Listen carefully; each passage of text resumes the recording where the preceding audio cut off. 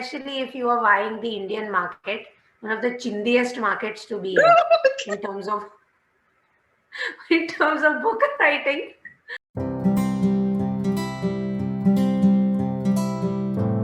Hi guys. Yeah, so Maui is around today. And welcome to the second episode of Unconventional Writing Careers. Because I thought, because I have like the experience to talk about this. Say hi, Maui. Say hi. Hi. Hi, everyone. This is my second cat. He is Maui. He just wanted to be included today. Okay, so for the second unconventional career that I wanted to talk about, I am actually going to pull a clip from the time I had interviewed one of my friends. She has had more experience in this field than I have, and this particular career in writing is called being a ghostwriter. Binati Sheth from binatisheth.com. I'm a ghostwriter, by the way. So hello everyone. Next time you want to write a book and you don't know how you want to write a book, but like you have a rough idea, you come to people like me. We know how to write books. We just don't have the ideas to write books. So this is how we make peace. Thank you for clearing that up. Today's Buzz Quick Chat is going to be all about ghostwriting and ghostwriters. There's a misconception about ghostwriters. For some reason, people think ghosts actually come down and write the books. I know my LinkedIn DMs, direct messages, are full of people going, but you have not posted any ghost stories. And I'm like, Google exists, people. Please Google things before asking questions that don't make sense. That's called supernatural writing, not ghost writing. You know, ghost writing is when you are the ghost in the writing process. It's somebody else's ideas and someone else's execution. That's it. That's what ghost writing is. But So, to no, clear people don't get that. a huge misconception that people have, they are very scared that if I give my idea to a ghostwriter, they might later on claim that this is my book because I did all the hard work and I wrote it. Right, and that's not actually a misconception. That has happened, where people, of course, that just look it up. People don't have good contracts in place, and that backfires because see, good ideas are rare, and when it's non-fiction, uh, you can create many books on the same topic. But if it's fiction, right, if you're creating fiction and you have this kick-ass idea, like say for instance J.K. Rowling went to a ghostwriter to get Harry Potter written, and this ghostwriter stole the entire concept of Harry Potter and ran with it, we would have a completely different J.K. Rowling in existence right now, because fiction ideas are rare to come by, right? So you have to be very careful. While this is why you only approach ghostwriters who don't boast about the people they've worked with, because if they are boasting about the people they've worked with, they definitely don't respect the integrity of ghostwriting, and they can stab you in the back the moment they find the opportunity to. So contracts, very important. Before you share your concept idea, you need to get a legal thing in place that ensures that even if the ghostwriter steals your concept, doesn't happen often, but it has happened sometimes. Even if the ghostwriter does that, you can take legal action, so you can at least get paid, if not anything else. Okay, let's talk about the reverse because Okay. with Churalia and then did not, the ghostwriter has run away with the idea and is passing it off as their own. What about the reverse? Or what about when people just don't pay your ghostwriters? Because that is the thing, you're putting in so much of hard work and effort, and if your contract is not in place, you don't get paid. That's true. So never, ever, ever, as I said, whether you are a customer or a service provider, never proceed without contracts. So if you have a contract in place, you can cite the Indian IT Act if you are based in India. And while it seems useless, it isn't when it comes to things like these. So all you have to do is then you have to go to your lawyer and talk to them and be like, send this person a notice. And the moment a notice goes, people get scared. So I have never had to send the notice. Generally, just mentioning this is the contract, I'm going to go to my lawyer. That does the thing. I don't even have to go to the lawyer. It gets sorted before that. But if all else fails and you can't afford to have a lawyer at that point in time, or you didn't have a contract in place before you went into this thing and someone scammed you, use the internet. The internet is a wonderful place. Okay, it's the best tool ever, and you have already put in the hard work. You know that this customer is not going to pay you. Like, this is where the whole negotiation has come to a halt. This Mm, is your last resort. So absolutely. you have done the mehnat. You've put in the hard work. Someone is definitely going to get benefit out of your hard work, and you are losing everything. So why not lose in style? You send an email to this person. You have 24 hours. Pay me, or else I am self-publishing this book on Amazon.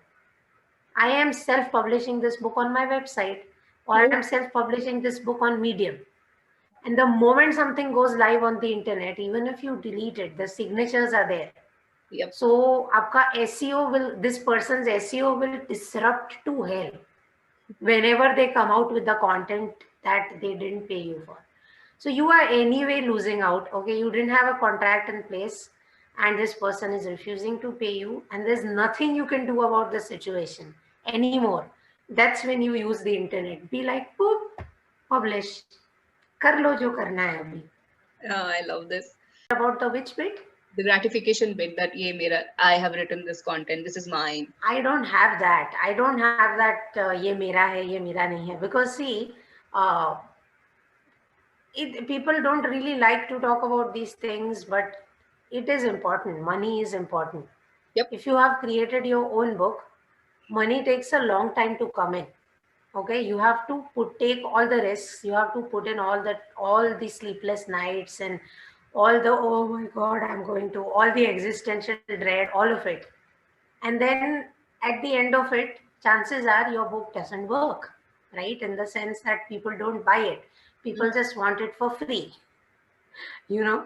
So you know that struggle more than anyone else I know. That's why I brought it up. Like, people don't ask authors that give me your book for free. Are they coming to your house and going, "Arey, give me 1,000 rupees for coming to visit you in your house"? No. So please don't do this to writers. Anywho, coming back to topic, it's whenever you write your own books and you put your own books out, or you go via a publisher, you are taking all the pains, you are taking all the risks, and you are also on the receiving end of all the fame and money and anything that comes, if it comes. With ghostwriting, though, there's no risk, because idea isn't yours, marketing headache isn't yours, credit isn't yours. The only thing that is yours is money. So it's a means to an end, yep. and you can't really learn how to write books in schools or colleges. This is my opinion there. You can't. uh, I you tried. can only learn writing books from experience. So instead of writing 30 books of your own, why not learn how to write books by writing other people's books? That is a very good insight. I did See, learn this to is this get is my own. this is why Gujaratis are good at business. This is why we are good at doing jugaad, no matter what. So there I you go. Someone actually said that. So one of my friends was planning on opening a business and he's a Gujarati. And people were like, oh, Gujarati hai na, he's going to prosper, don't worry about him. I'm like, huh? Yeah, yeah. It's a stereotype because it's true. Stereotypes are based on facts though. I It's can't deny that. people are too triggered to realize that, but yep, they exist because 99% people of that demographic behave that way. True, true, true. Absolutely. You're right. Yep. But TK, I do get it. I learned a lot about ghostwriting, so thank you for that. I needed a crash Of course. This is course. like a mini crash course in ghostwriting. Mm-hmm. And Yes, and one more thing I'd like to add about ghostwriting is, don't let people underpay you for your services, because they are going to try to do that. Especially if you are buying the Indian market, one of the chindiest markets to be in terms of in terms of book writing, because people want books to their name. They don't want to write the book. They don't want to do the mehnat. They don't want to do the marketing. They only want to write the. They don't want to pay. They only want the book to come out, and you know. So do not let people like this make you, make you kind of take decisions that are going to ruin your life effectively for at least a month. So value your, if you are a ghostwriter or if you're planning to be a ghostwriter, value your services enough so that you attract the good kind of clients or the good kind of customers who would appreciate the work that you are doing for them. You are helping them bring their vision to life. If someone can't appreciate that, like, don't even bother wasting your breath on them. And if you are someone who wants to hire a ghostwriter, call me. Just kidding. Yeah. If you are someone who wants to hire a ghostwriter, realize this: the fact that you can't write a book tells you something. Writing a book is hard. And when you get someone else to do it, you have to pay them. They are not going to do it as Samaj Seva.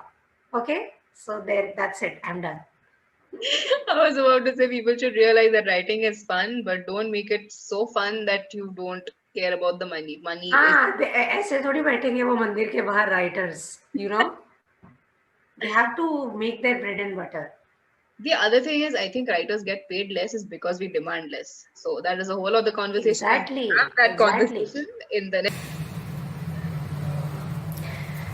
Okay, so one thing I would like to point out is ghostwriting has like a huge branch. Binati specializes in non-fiction ghostwriting. She listens to people's stories and helps them put them into word, or she does non-fiction. She mostly deals with somebody might have an idea and they don't know how to approach it, so she helps them write those books down. I also work as a ghostwriter. So for me, I am mostly in the fictional space, but I always make sure that the story is something that I would never write. So because that brings conflict of interest, since I personally write a lot of books as well. But I specialize in children's non-fiction book writing, children's fiction book writing, and I have helped a couple of clients write their ideas, which has been like they would explain what the story is for them, and then I would help create those stories and bring them to life. Because honestly, a lot of times the ideas are good, and it's either the lack of time, the lack of confidence, the lack of knowledge to knowing how to write a book. Like, not everybody is going to invest the time to learn how to write a book and then do it. So I hope this was helpful, and in case you are thinking about a career in writing and you don't want to go down the traditional routes, this is definitely one of them that you can explore. So happy ghostwriting. So much for listening.